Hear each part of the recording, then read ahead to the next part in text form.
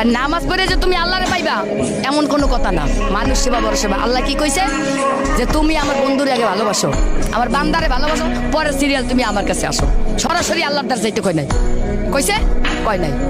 জানে কেউ? জানে না। এত মানুষ থাকতে মেলার ভিতরে আমার এই প্রশ্ন করার ঈদের লোকেরা এই যে গান কেটা তোমাকে আমি নিরিবিলি রয়েছি, তোমাকে আনছে কেটা আনছে কেটা আল্লাহ আনে নাই তো কইতে পারলা না কেন?